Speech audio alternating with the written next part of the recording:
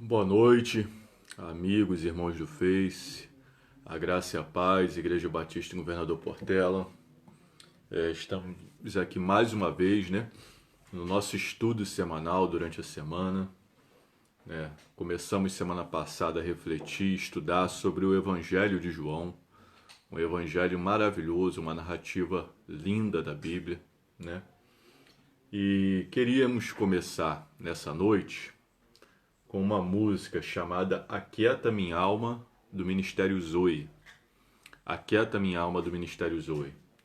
É uma ótima música para a gente começar um período de oração na nossa casa, um momento devocional, Às vezes nós estamos agitados, às vezes a gente está um pouco agitado, não só na vida, por fora, mas também por dentro, E essa música Aquieta Minha Alma é muito bom para a gente se acalmar, refletir, pensar em Deus, Que essa música possa abençoar a sua vida como abençoa a minha.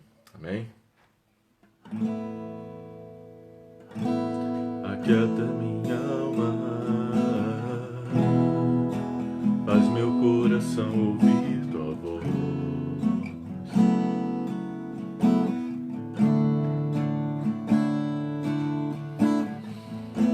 Me chama pra perto,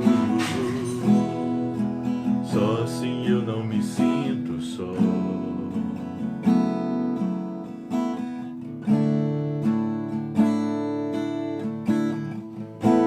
Aquieta minha alma, faz meu coração ouvir tua voz.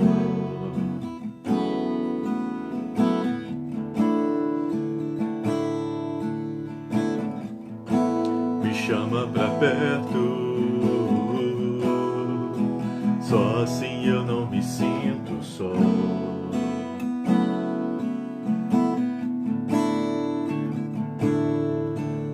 Na verdade eu descobri que tudo que eu preciso está em ti, mas meu coração é teimoso demais pra admitir. Sei que depender é como viver perigosamente, mas eu preciso acreditar e confiar no que você me diz. Aquieta minha alma, faz meu coração ouvir tua voz.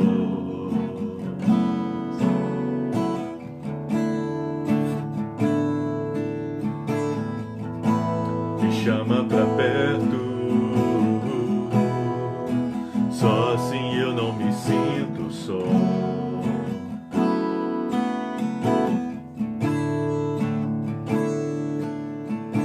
O tempo não pode apagar, as muitas águas nunca levarão o amor que você sente por mim. Eu sei que tudo vai se cumprir. O tempo não pode apagar, as muitas águas nunca levarão o amor que você sente por mim. Eu sei que tudo vai se cumprir. Vai ser difícil, eu sei, larga tudo por você, mas eu sei que quando eu pensar em desistir, você estará do meu lado, me segurando, me assegurando que tudo vai ficar bem, tudo vai ficar bem. Vai ser difícil, eu sei, larga tudo por você, mas quando eu sei que quando eu pensar em desistir, você estará ao meu lado, me segurando, me assegurando que tudo vai ficar bem, tudo vai ficar bem.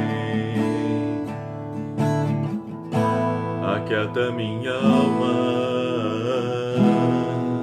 faz meu coração ouvir tua voz.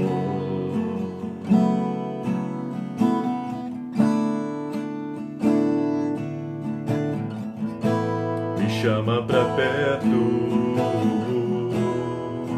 Só assim eu não me sinto só.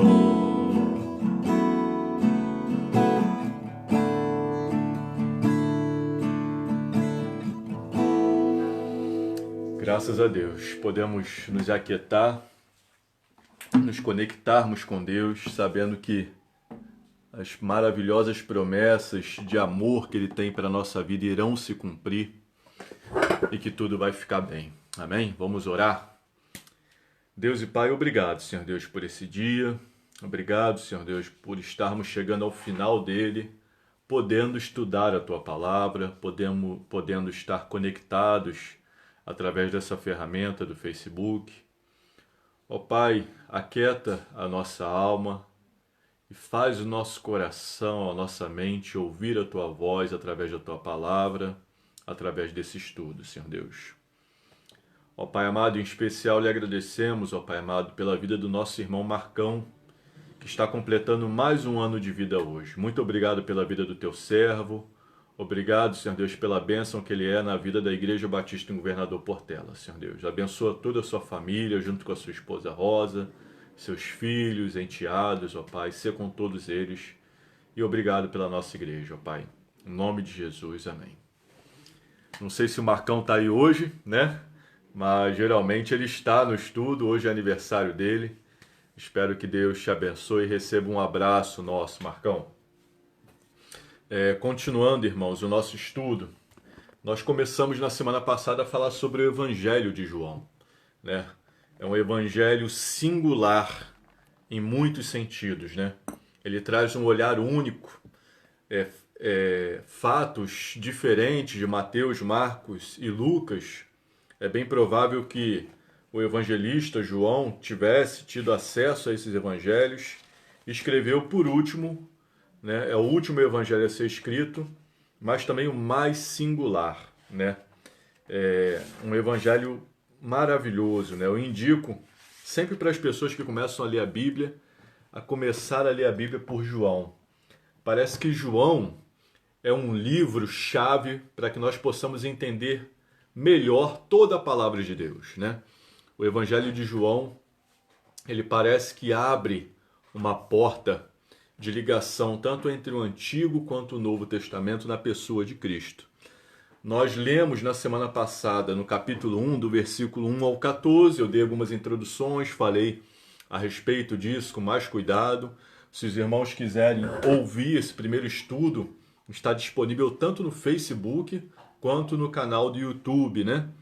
É só procurar Ginter Butz, que é o canal do YouTube, ou na minha timeline lá no Facebook você acha o estudo da semana passada, que a gente dá uma introdução melhor em João. Eu queria destacar aqui, irmãos, em relação à semana passada, a gente começa com o versículo 1 que fala: no princípio era o verbo, e o verbo estava com Deus, e o verbo era Deus. Esse verbo, que algumas traduções mais recentes traduzem por palavra, no princípio era a palavra, e a palavra estava com Deus. Eu não sei qual é a tradução que você usa, né? É uma tradução da palavra logos, que é a palavra mais versátil que existe na língua grega. É a palavra com mais definições, desde palavra, né, a verbo, como nós vimos, palavra em ação, como a razão, como a ideia, né, como a pensamento, muitas definições. Eu vi aqui no dicionário, na semana passada, li o dicionário com os irmãos, né, e eu destaco esse logos, né. E algumas palavras-chave do Evangelho de João já aparecem logo nesse primeiro capítulo, como vida, como luz, como graça, verdade, né? São palavras que nós chamamos de chave, elas aparecem outras vezes no livro de João, né? A graça, embora apareça mais nesse capítulo 1, ela permeia todo o livro de João. Amém? Então nós vamos agora para a nossa leitura. E a gente vai ler a partir do versículo 14, tá bom? Nós paramos no 14, lemos o 14 semana passada também, mas essa semana nós vamos ler a partir do versículo 14 até o 18, tá? E a gente lê o 14 novamente. Eu vou estar aqui virando a minha câmera para que nós possamos visualizar a palavra aqui, a Bíblia. Amém? Aqui a partir do versículo 14 que diz: E o Verbo se fez carne e habitou entre nós, cheio de graça e de verdade, e vimos a sua glória, glória como do unigênito do Pai. João dá testemunho a respeito dele e exclama: Este é aquele de quem eu dizia: Ele vem depois de mim, mas é mais importante do que eu, pois já existia antes de mim. Porque todos nós temos recebido da sua plenitude graça sobre graça. Porque a lei foi dada por meio de Moisés. A graça e a verdade vieram por meio de Jesus Cristo. Ninguém jamais viu Deus.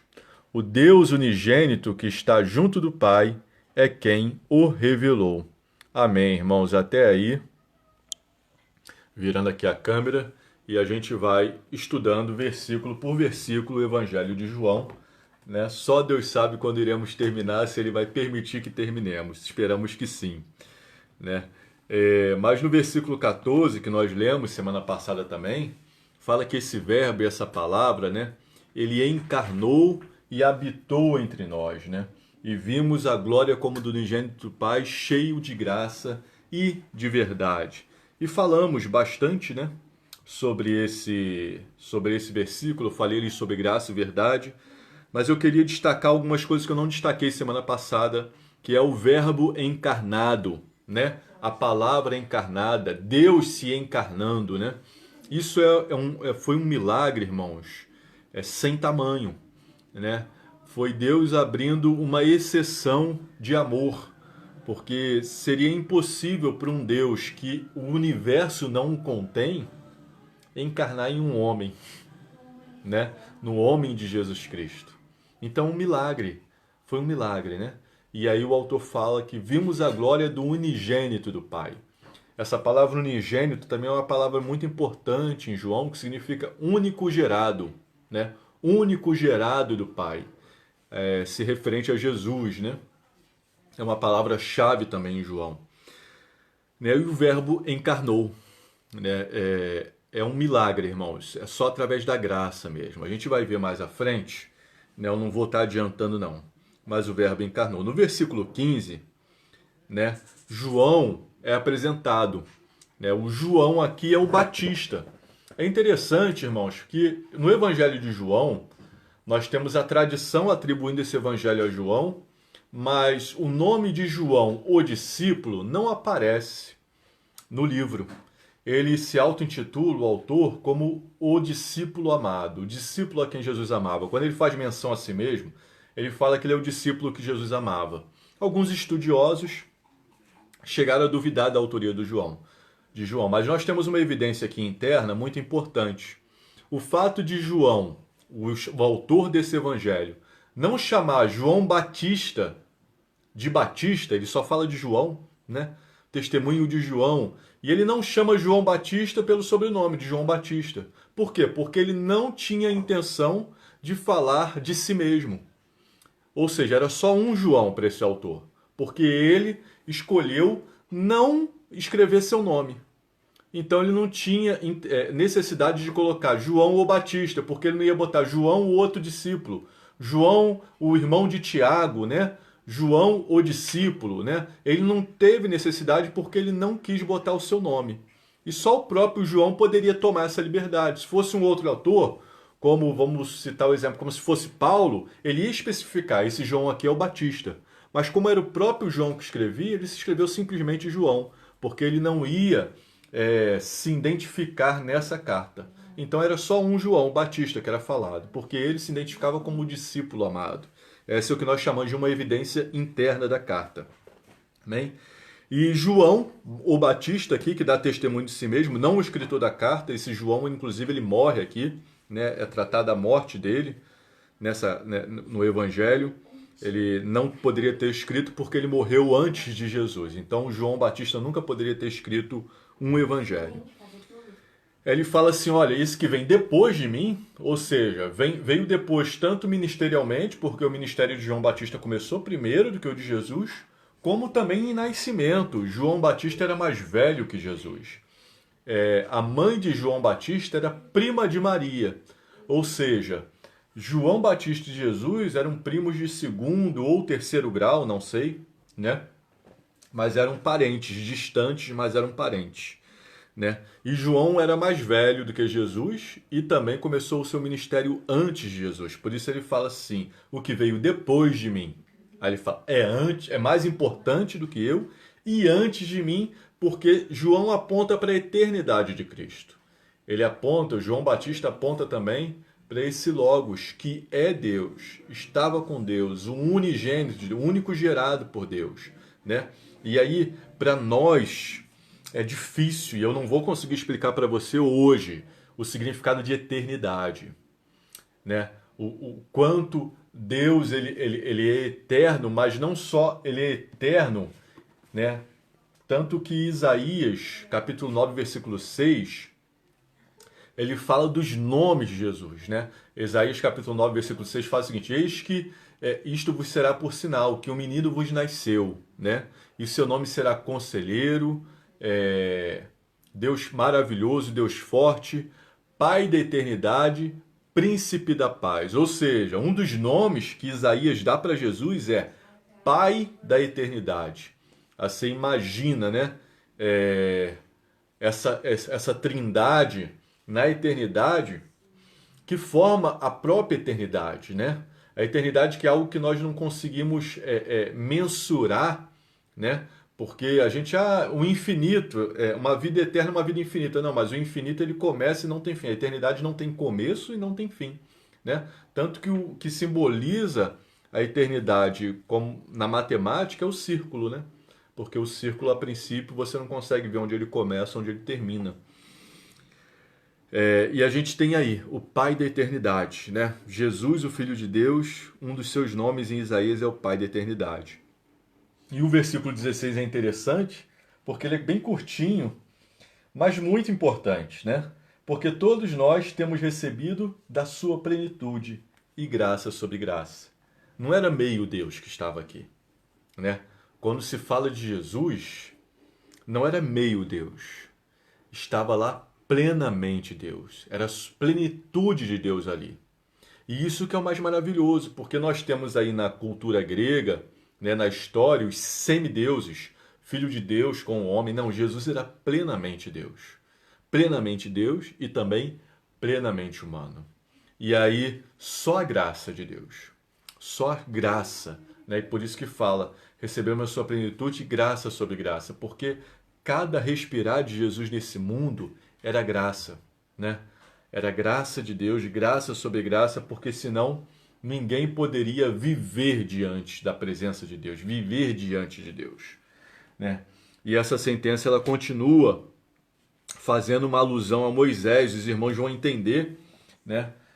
Falando que no versículo 17 o seguinte: porque a lei foi dada por meio de Moisés. A lei ela veio de Deus e veio por meio de Moisés. Agora a graça e a verdade vieram por meio de Jesus Cristo. Os irmãos estão vendo como é que a palavra graça e a palavra verdade são repetidas? Por isso que nós falamos que são palavras-chave, elas são muitas vezes repetidas, né? E elas traçam geralmente o tom da carta. Aqui, irmãos, é interessante, muito interessante, falando da lei dada por meio de Moisés, né? Ou seja, Jesus ele inaugura um novo ministério. O ministério que Paulo vai falar que é o ministério do Espírito, né? Tanto que Jesus fala lá no próprio João 16, é necessário que eu vá para que o Consolador venha. E esse ministério do Espírito, ele não é contra a lei, mas ele completa a lei. Ele é, hoje na linguagem da informática, né, um upgrade, né, uma melhoria, né, um completa. A lei era parcial, porque a lei apontava para Cristo, e Cristo ele vem para completar a lei, né? Então a lei foi dada por Moisés. É interessante aqui, irmãos, eu queria destacar que eu vou até ler aqui com os irmãos que Moisés ele queria ver Deus. Moisés ele queria ver a glória de Deus. E olha o que Deus fala para Moisés lá em Êxodo capítulo 33, versículo 20. Eu vou estar lendo. De repente alguns irmãos já têm ciência, né? Mas aqui eu vou na referência para os irmãos entenderem como é importante essa graça, né? Eu vou ler a partir do versículo 17.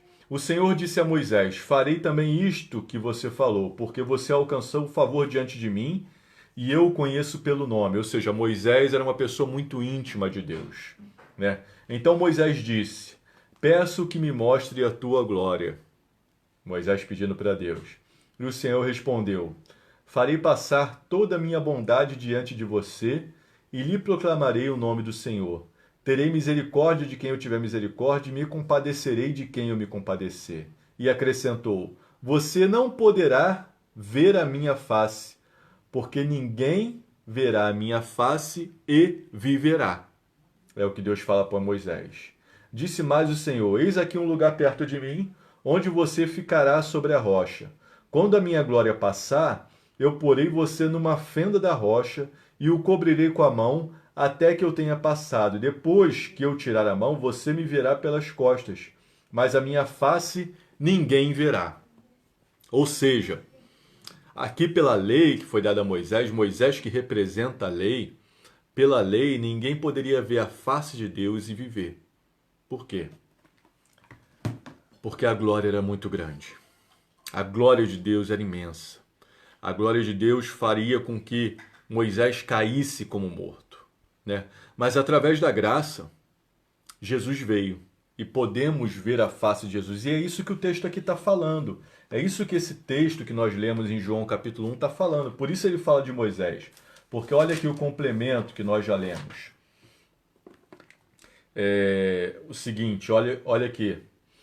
A partir do 17, João 1,17. Porque a lei foi dada por meio de Moisés e a graça e a verdade vieram por meio de Jesus Cristo. Já falamos. 18. Ninguém jamais viu Deus. O Deus unigênito que está junto do Pai é quem o revelou. Ou seja, foi Jesus que revelou a imagem de Deus, o unigênito do Pai. Por isso só pela graça, né? Por isso que tanta resistência dos judeus, né, e dos religiosos em relação a Jesus. Não pode ser Deus. Ele é um homem. Ele é homem como nós. Paulo ele fala essa aparência de pecado. Ele tinha uma aparência de pecado, né? Embora ele não tenha pecado, não fosse um pecador, ele fosse santo e a vida dele foi cercada disso, da sua santidade, né? Ele tinha uma aparência humana. E aí eles não entendiam, né, como ele poderia ser filho de Deus, como ele poderia ser Deus, né? Mas era pela graça. Por isso que a graça é tão importante para nós cristãos, porque se não fosse pela graça de Deus, eu não poderia estar falando de Deus para vocês. É só pela graça. Se não fosse pela graça de Deus, os irmãos não estariam entendendo nada do que eu falaria, mas é só pela graça. Essa graça que veio, esse verbo vivo que encarnou entre nós e veio cheio de graça. E também revelando a verdade. Porque a lei tinha a verdade em parte. Jesus veio na plenitude da verdade.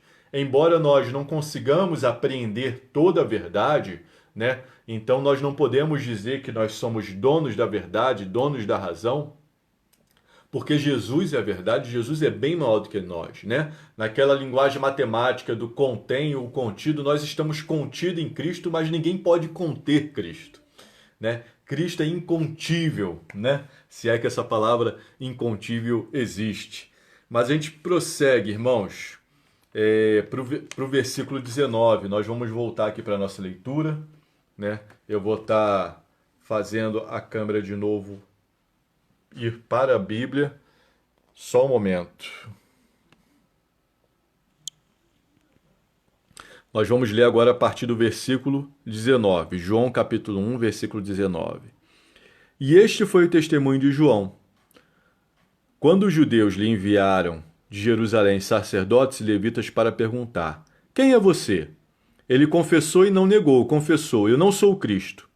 Diante disso lhe perguntaram: quem é você então? Você é Elias? Ele disse: não sou. Então perguntaram: você é profeta? Ele respondeu: não, não sou. Disseram-lhe então: diga quem é você para podermos dar uma resposta àqueles que nos enviaram. O que é que você diz a respeito de si mesmo? Então lhe respondeu: eu sou a voz do que clama no deserto. Endireitem o caminho do Senhor, como disse o profeta Isaías. Ora, Os que haviam sido enviados eram do grupo dos fariseus e perguntaram a João: Então por que você batiza se não é o Cristo, nem Elias, nem o profeta? João respondeu: Eu batizo com água, mas no meio de vocês está alguém que vocês não conhecem, e ele vem depois de mim, mas não sou digno de desamarrar as correias das suas sandálias. Essas coisas aconteceram em Betânia, do outro lado do Jordão, onde João estava batizando. Encerramos aqui no 28, irmãos. Eu vou estar virando a câmera, né? Então nós lemos aqui essa parte do Evangelho de João, falando sobre João Batista e a conversa que ele teve com os líderes religiosos ou os representantes desses líderes, né? Então fala-se do testemunho de João.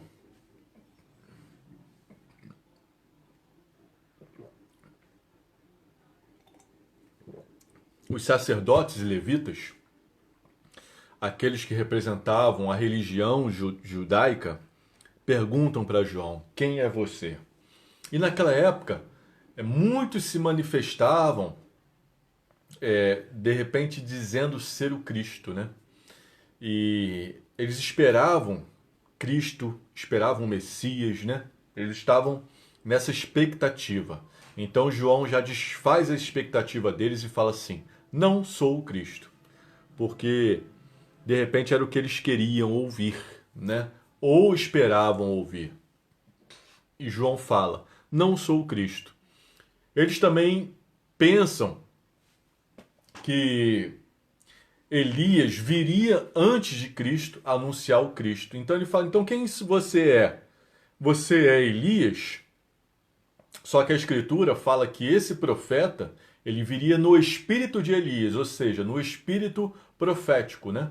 No espírito da profecia. Não que seria Elias, né? E alguns até interpretam isso erroneamente, porque quando fala vir, quando a profecia fala que esse profeta, que foi João Batista, viria no espírito de Elias, alguns dizem até que foi a reencarnação de Elias. E isso é um erro em vários aspectos. Primeiro, de que Elias não morreu, né? A Bíblia fala que Elias foi transportado num carro de fogo para o céu, né? Ou seja, Elias foi arrebatado como se fosse como primícias, né? Elias não morreu. Então, como ele vai reencarnar se não morreu? João Batista não é uma reencarnação de Elias. João Batista também não é Elias. Mas João Batista, ele está no espírito de Elias, o espírito do profeta, né? Um espírito da profecia, o espírito dos profetas do Antigo Testamento. E aí perguntam para ele: você é o profeta? E João responde que não, mas como humildade, né? Uma humildade em si, né? Porque, de fato, João era um profeta, né? Mas ele era um profeta, os outros o reconheciam como profeta, mas ele mesmo não se reconhecia como profeta, até por causa da sua humildade. Mas aí quando eles insistem e falam assim, já estavam bem confusos, né? E é isso que Jesus faz com a religião, Jesus confunde a religião, né? Eles já estavam bem confusos e já estavam meio que desesperados. Vem cá, o que eu vou falar pro pessoal que mandou a gente aqui? O que eu vou dizer para eles a respeito de você? Então, no versículo 22, eles insistem e falam: digam quem é você, para podermos dar uma resposta àqueles que nos enviaram. O que é que você diz a respeito de si mesmo? E é lindo aqui, irmãos. É linda a resposta de João, porque João não responde com suas próprias palavras. Ele responde com uma profecia que está em Isaías capítulo 40, versículo 3. Eu sou a voz do que clama no deserto. Endireitem o caminho do Senhor, como disse o profeta Isaías. E é tão lindo, né, irmãos?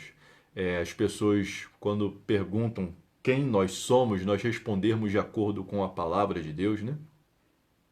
Porque isso é uma pergunta que a filosofia, a ciência, ela tenta responder. Quem é o homem? Quem nós somos, né? E de uma maneira assim, de uma maneira geral, é muito difícil respondermos. Mas de uma maneira individual, quem é você? Aí eu falo assim: eu sou o Guinter. Não, o Guinter é o nome que seus pais te deram. Você não é o Guinter. Existem outros Guinters aí. Guinter não te define. Mas aí quando você vai para a palavra de Deus, eu sou filho de Deus, como está em João capítulo 1, versículo 12. A todos quanto creram em Jesus, o receberam, deu-lhes o poder de serem feitos filhos de Deus. Poderíamos também responder quem nós somos, segundo 1 Pedro 2,9, né? Nós somos uma geração eleita, um sacerdócio real, um povo exclusivo de Deus. Nós somos uma nação santa, né? Quando se refere à igreja, né? Poderíamos dizer também, quem é você? Eu sou discípulo de Jesus, né? Porque a palavra diz, ide por todo mundo e fazei discípulos, né? Seguidores. Eu sou seguidor de Jesus, eu sigo Jesus, né? E é interessante essa resposta de João, que ele dá de si mesmo, ele se baseia na palavra. Eu sou a voz do que clama no deserto, como disse o profeta Isaías, né? E aí o versículo 24 fala, ora, os que haviam sido enviados eram do grupo dos fariseus. E é interessante João ressaltar isso, porque os fariseus eram um dos grupos, né, dentro da religião judaica. Existiam outros grupos, mas os fariseus eram um grupo com a maior representatividade, era o grupo mais popular, era um grupo que acreditava na ressurreição dos mortos, né?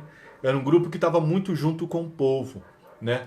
Era um grupo bem maior e o que o povo tinha mais simpatia. Mas existiam outros grupos, existiam os saduceus, né?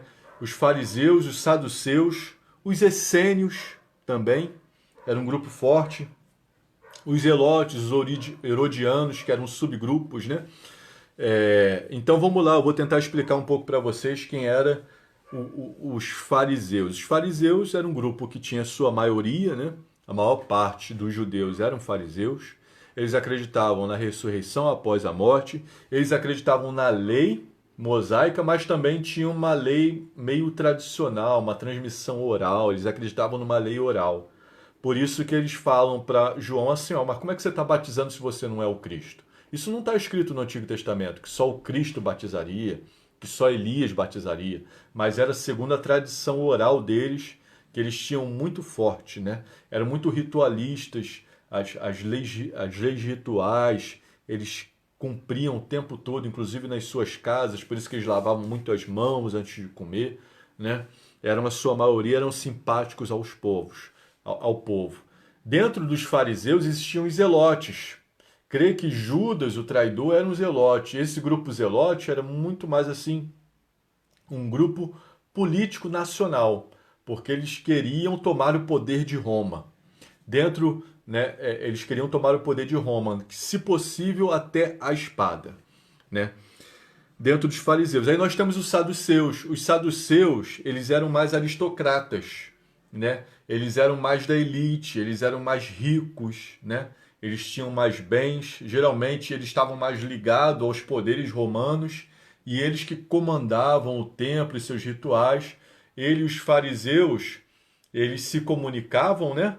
Mas sempre quem estava dominando, quem estava acima eram os saduceus. A principal característica dos saduceus é que eles não acreditavam na ressurreição dos mortos, né?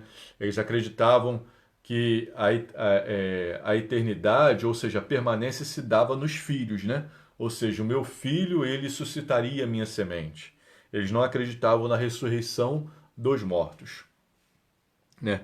Dentro dos saduceus existiam os herodianos, né? Era uma subseita dentro dos saduceus. Os herodianos, eles eram a favor de Herodes, eles conciliavam a religião com o poder de Herodes e o poder romano, né? Eram vendidos, recebiam até salário, né? Todos eles se juntaram para ir contra Jesus, tanto os fariseus quanto os saduceus, né? Já os essênios, eles eram muito parecidos com a filosofia de João Batista. Os essênios, eles quiseram sair dessa instituição judaica, quiseram sair do farisaísmo, dos saduceus e foram para o deserto. Eles se isolavam, viviam em cavernas, tinham uma vida mais austera, né? Não queriam saber de riquezas, não queriam saber de contatos, nem muito sexuais. É como se fosse um movimento monástico ali na época de Jesus. E João Batista era considerado para os outros como um essênio. Até o próprio Jesus era considerado um essênio, né? De início do seu ministério. Mas os essênios eles não resistiram a Jesus. Eu creio que os essênios eles abrigaram e acolheram bem Jesus. Então temos aí, já fiz a distinção entre os fariseus, os saduceus e os essênios, né? E seus subgrupos. E agora nós vamos para os versículos. Mas esses que foram interrogar João Batista eram dos fariseus, eram daqueles da maioria, né?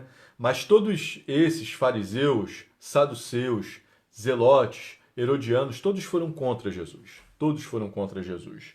Os zelotes ainda por último, porque os zelotes acreditavam que o Estado de Israel seria restaurado, que Jesus teria que ser um líder político. Mas não. Jesus foi um líder eterno. Jesus foi um líder que transcendeu o seu tempo e é líder até hoje. Ele reina até hoje. Amém? Nós vamos agora para o versículo 25, irmãos.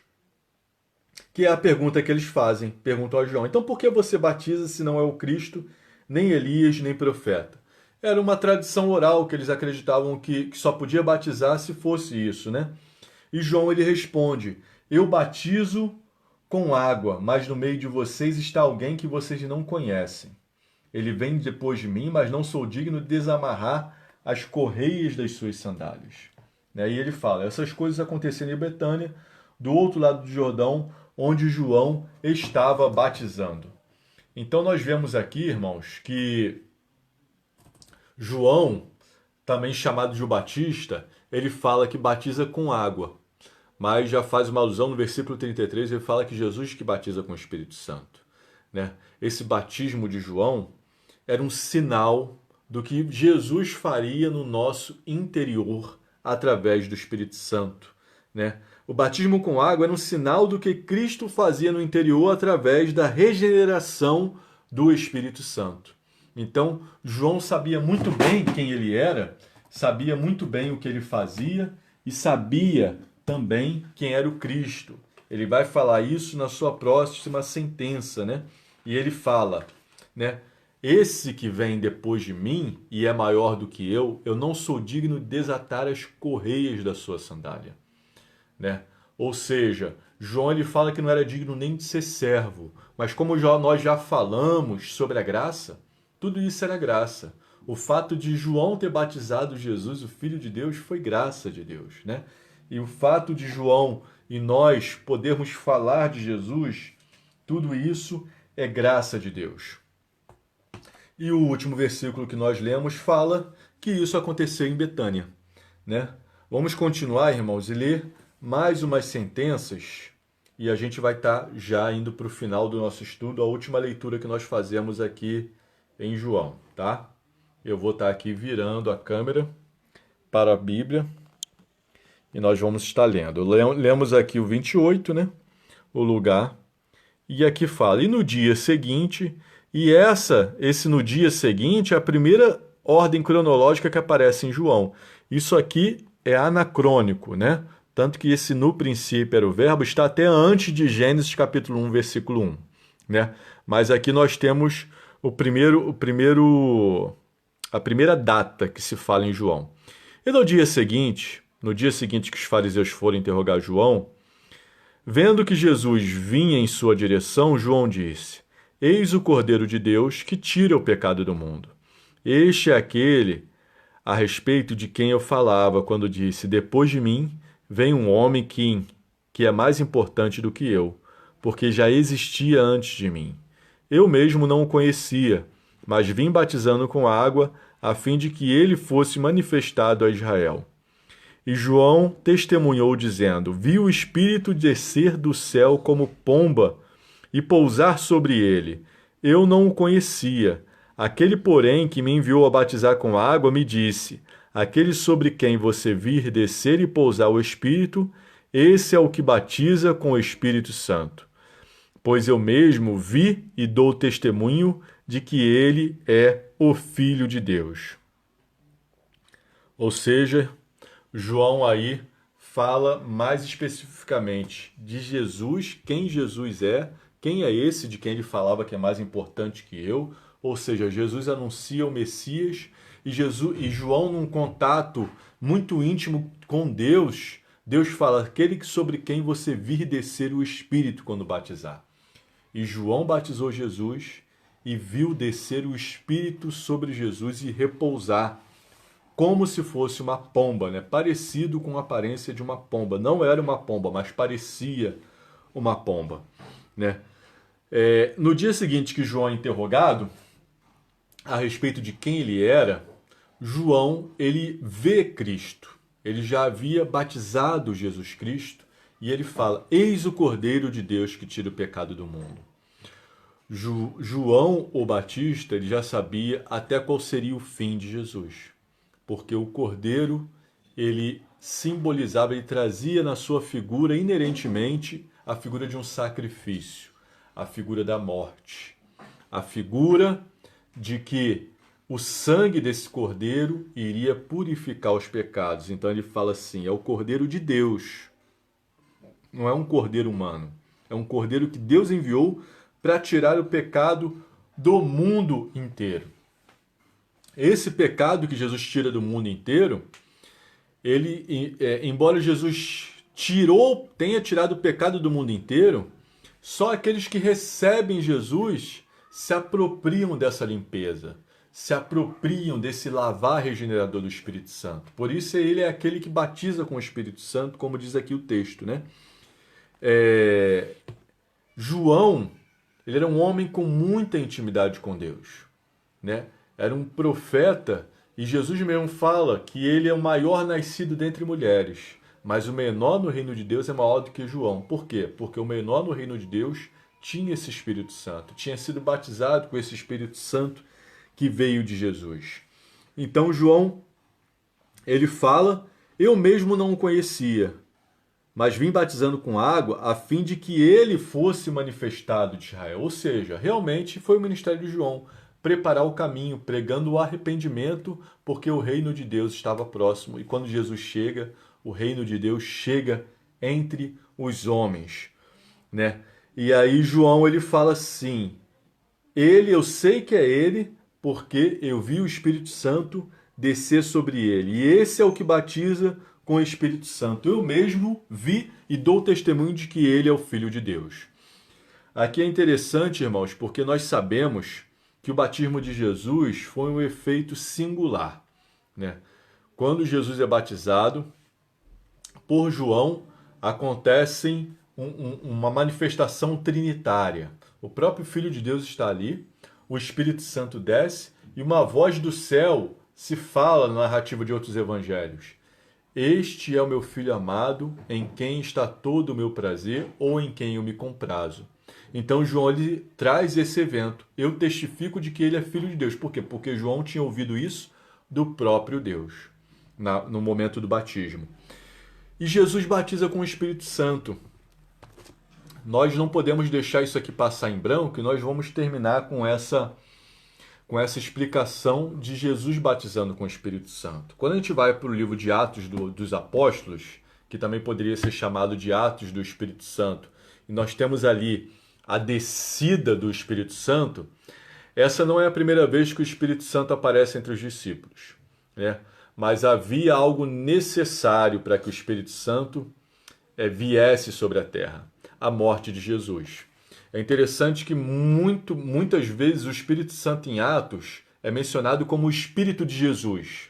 O Espírito de Jesus e o Espírito Santo são sinônimos, é a mesma pessoa da Trindade. Jesus ele veio no Espírito Santo, né? Maria concebeu do Espírito Santo, aqui o Espírito Santo pousa sobre Jesus, né? Para dar início ao ministério de Jesus, né? Para ratificar esse ministério de João Batista. Mas esse Jesus que batiza com o Espírito Santo, ele só batiza com o Espírito Santo após a sua morte. Tanto que o próprio Evangelho de João, Jesus revela: é necessário que eu vá para que o Consolador venha, né? E aqueles que creem em mim farão obras muito maiores do que eu fiz. Maiores não na qualidade, porque Jesus venceu a morte, mas na quantidade, né? Hoje o ministério de Jesus está em todo mundo através do Espírito Santo, porque o Espírito Santo tem nos capacitado. Esse batismo de Jesus no Espírito Santo, a primeira vez, ocorre no final do Evangelho de João. Quando Jesus ele é ressurreto, ele sopra o Espírito nos seus discípulos. Cremos que nos 11 discípulos que estavam ali. E soprando o Espírito, ele fala assim: assim como o Pai me enviou, eu vos envio. E esses são os primeiros que são batizados com o Espírito Santo, os 11 discípulos. Depois, em Atos 2, alguns que estavam ali foram batizados com o Espírito Santo, mas os 11 discípulos eles foram cheios do Espírito Santo, porque eles já haviam sido batizados, já haviam recebido o Espírito Santo do próprio Jesus. E hoje nós recebemos o Espírito Santo, segundo Efésios capítulo 1, versículo 13, quando nós ouvimos o Evangelho e cremos e respondemos com fé. Aí o Espírito Santo ele vem e nos sela. E como nós fazemos para ser cheios do Espírito Santo? Tendo comunhão com os irmãos, lendo a palavra, orando, buscando a Deus, e aí nós somos cheios do Espírito Santo. E a característica de quem é cheio do Espírito Santo é ser testemunha, é falar de Jesus, né? Assim como João Batista era testemunha. E aí a gente vai encerrando o nosso estudo de hoje, meus irmãos. Nós encerramos aqui, né, no primeiro capítulo de João, né, no versículo 33, e a partir da semana que vem nós começamos do versículo 34. E qualquer dúvida que você tenha, você pode botar nos comentários, nós tentamos responder. Se você tiver também algum pedido de oração, né, que queira fazer, nós também vamos estar orando por vocês. E nós agradecemos vocês que estão aí, junto conosco, conectados, né, nesse estudo, nessa transmissão. Muito obrigado por você estar conosco e é um desejo nosso que Deus te abençoe e que o Espírito Santo, que foi falado aqui, que nós fomos batizados com Jesus, se você ainda não foi batizado com o Espírito Santo, creia em Jesus Cristo de todo o seu coração, né? Seja um discípulo de Jesus e você será batizado com o Espírito Santo e terá esse Espírito que nunca mais te deixará sozinho e será um companheiro teu até a eternidade. Amém? Vamos estar orando e agradecendo, irmãos, por esse estudo.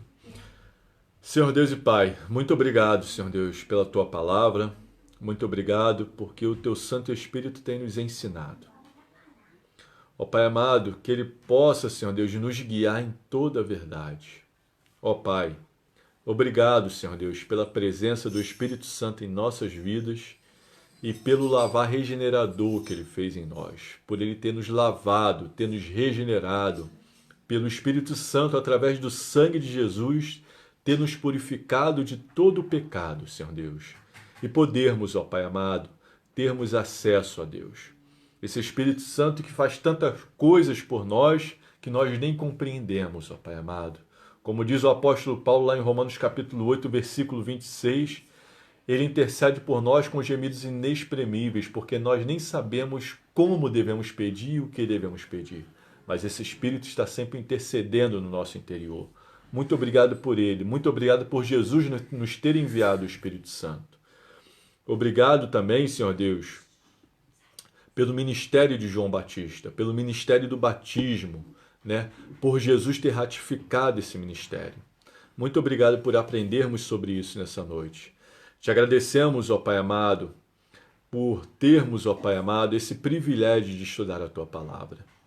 Ó Pai amado, que a Tua palavra possa nos encher de esperança, nos enchendo de fé e nos enchendo do Teu Santo Espírito, para que possamos proclamar a virtude daqueles que nos chamou, ó Pai amado, do império das trevas para a maravilhosa luz.